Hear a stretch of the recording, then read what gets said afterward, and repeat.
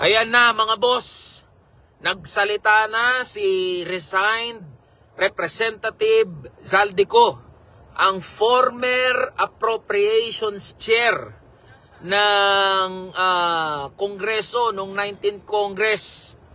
At idinawit na niya, isinama na niya si Pangulong Bongbong Marcos at si former Speaker Martin Romualdez dito sa usapin ng flood control scandal. Sige, pakishare. Magandang hapon mga kamanggagawa, mga ordinaryong Pilipino, mga ninakawan, mga nabaha, mga namatayan, mga naapektuhan ng mga nagdaang bagyo,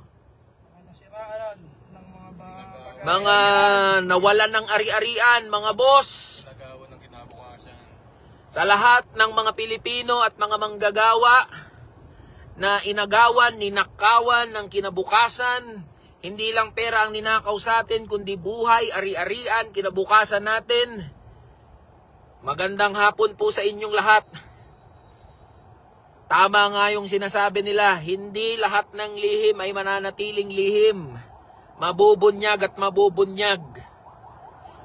Mga boss, nagsalita na si resigned Representative Zaldico at napakahalaga ng kanyang binanggit dahil siya ang former Appropriations Chair noong 19th Congress na nagbalangkas o gumawa noong 2025 budget kung saan nandyan yung samut-sari na mga insertion, anomalous and ghost na mga flood control projects at infrastructure projects. At napakahalaga mga boss ng statement na ito dahil idinadawit at itinuturo nito si Pangulong Bongbong Marcos at si former Speaker Martin Romualdez dito sa kagimbal-gimbal, the greatest corruption scandal in recent history.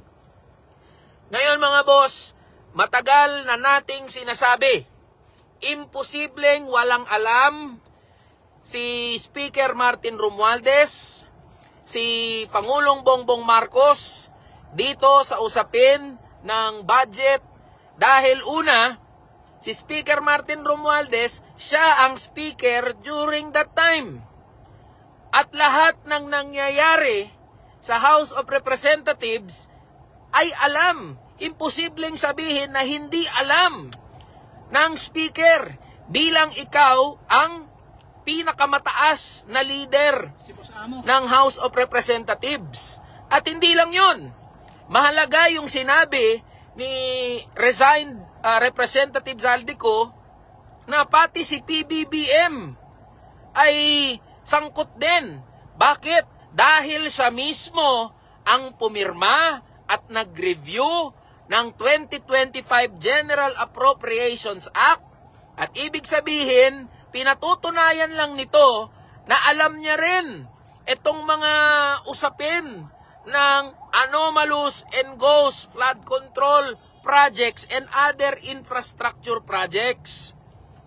Sinabi nga, maski si DBM Secretary Amenah Pangandaman. Tama, bakit hindi ba nababanggit yung pangalan ni DBM Secretary Amenah Pangandaman? Siya rin ay dapat na maimbestigahan dahil siya ang ulo ng Department of Budget and Management na siyang nakakaalam sa pasikot-sikot ng budget ng ating bansa. Ngayong nabanggit na ni resigned Representative Zaldico itong mga pangalan ni former Speaker Martin Romualdez at ni Pangulong Bongbong Marcos, tayo ay nananawagan na imbestigahan at panagutin si Pangulong Bongbong Marcos at mismong si former Speaker Martin Romualdez. Nananawagan tayo ng impartial at tunay na independent na pag-iimbestiga. Di ba, ang gumawa ng Independent Commission for Infrastructure ay si Pangulong Bongbong Marcos din. So dapat isama na sa dapat imbestigahan si Pangulong Bongbong Marcos. Siya mismo ay dapat masubject sa pag-iimbestiga. At dapat ang investigating body na mag-iimbestiga dito kay Pangulong Bongbong Marcos at kay former Speaker Martin Romualdez ay isang komisyon o body na walang direktang connect sa Pangulo at sa former Speaker na si Martin Romualdez. Ito dapat ay pangunahan ng mamamayang Pilipino at ng mga independent bodies, mga civil society organizations, mga ordinaryong Pilipino at mga manggagawa. Hindi natin pwedeng ipagkatiwala ang investigasyon at pagpapanagot sa mga bodies or investigating bodies na ginawa mismo ng Pangulo. Kaya napakahalaga nitong statement ni resigned Representative Zaldico. Dahil ito yung direct link.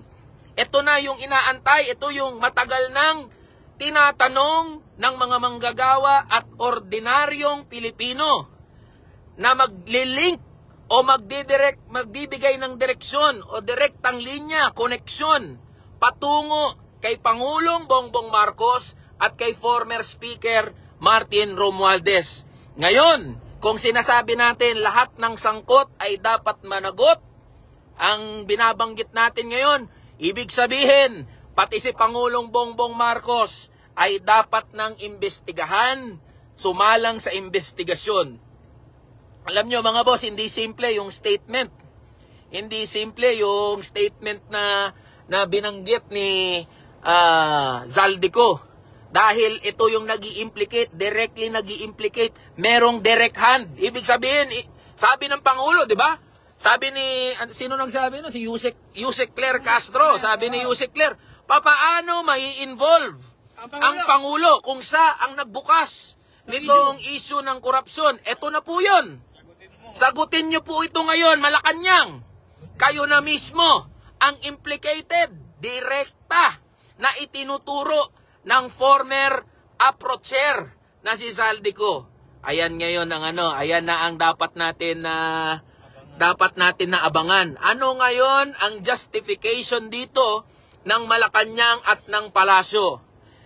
Porket nagsalita si Zaldico, ibig sabihin ba niyan absuelto na siya? Hindi po mga boss. Pinatutunayan lang nito na they are equally accountable. Kung ano ang galit natin kay Zaldico, kung ano ang galit natin doon sa mga nasangkot sa iba't ibang mga issue ng flood control anomaly, flood control scandal, ganun din dapat ang ating galit dito sa mga additional cast of characters na naidagdag. Parang ngayon, parang teleserye. Ngayon, mga boss, sinasabi ni Pangulong Bongbong Marcos, they know who these people are. May listahan. Now, Mr. President, can we see the list? Pwede ang patingin kami ng listahan? Pasilip kami ng listahan? Ngayon, binabanggit ni Mr. President, before the year ends, bago magpasko, may mga makukulong. Sino itong mga makukulong na to? If you yourself, Mr. President, is directly implicated in the flood control anomaly. Ito na yung binabanggit natin mga boss. No? Na imposibleng walang kinalaman ang executive, imposibleng walang kinalaman ang Pangulo, ang executive branch, at ang former Speaker of the House patungkol dito. Napakaganda ng pagsisiwalat na nangyari ngayon dahil nabibigyan na tayo ng whole picture na ang korupsyon, mga boss, ay hindi kayang gawin lang ng isang tao o ng isang grupo ng mga tao, kundi ito ay nag-i-involve ng iba't ibang layer ng gobyerno, ng pamahalaan, ng iba't ibang mga sindikato mula sa nakunsabahan. Yung sistema mismo ay nakadesenyo para kurakutin ang kaban ng mamamayang Pilipino, ng mga ordinaryong Pilipino. So yan, nawawala daw ata ako. Yan, na tayo na ginajam yung natin, ginajam yung ating yung ating connection. So ang binabanggit natin dito, hindi lang si Bryce Hernandez ang may kaya niyan. Hindi lang si Diskaya, kakayanin ni Diskaya, kakayanin ni Bryce Hernandez, ni Alcantara, kakayanin ng mag-asawang Diskaya, yung pagkopo sa mga kontrata, yung dyan sa flood control, anomaly and scandal, hindi. Merong pagtutulungan, merong pagkukuntsabahan na nangyayari mga boss. Kaya dapat panagutin natin. Kapag sinabi natin, lahat ng sangkot ay dapat managot, pumapatungkol to mula sa pinakamataas hanggang sa pinakasimple at pinakamababa na posisyon sa ating gobyerno. Kaya yan, may nagsasabi. May nagsasabi mga boss, DDS daw si Eli. Alam nyo mga boss, lahat ng sangkot dapat managot. Keso si Marcos, keso kung sino man yan, na mga opisyal ng gobyerno, lagpasan nyo na ho yung kulay-kulay. Lagpasan nyo na ho yung mga pagsamba nyo sa mga politiko. Ninanakawan kayo pa rin. Ninanakawan na. Gumising ho tayo. Hindi to usapin ng pagiging pro-Marcos o pro-Duterte. Hindi to usapin ng kulay sa politika. Ninanakawan na tayo harap-harapan. Kaya wag tayong kulay-kulay. Parang hindi naman kayo nanonood palagi at nakaantabay sa mga sinasabi at inilalabas natin sa social media at sa media. Wala tong kulay-kulay, mga boss. Baka ngayon lang ulit siya nakanood. Kaya wala to, lumagpas na kayo dyan sa kulay-kulay ninyo. Tayo ay nananawagan ng accountability. Isang accountability na mamamayan mismo ang nananawagan ng pananagutan. Dapat may managot dito.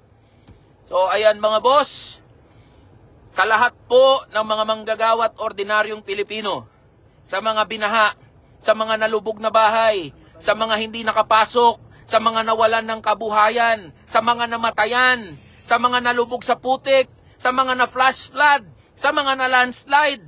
Mga boss, yung galit ninyo ay dalhin nyo sa social media at sa labas ng social media. Tayo po ay mag-ingay, mga lampag, kumilos.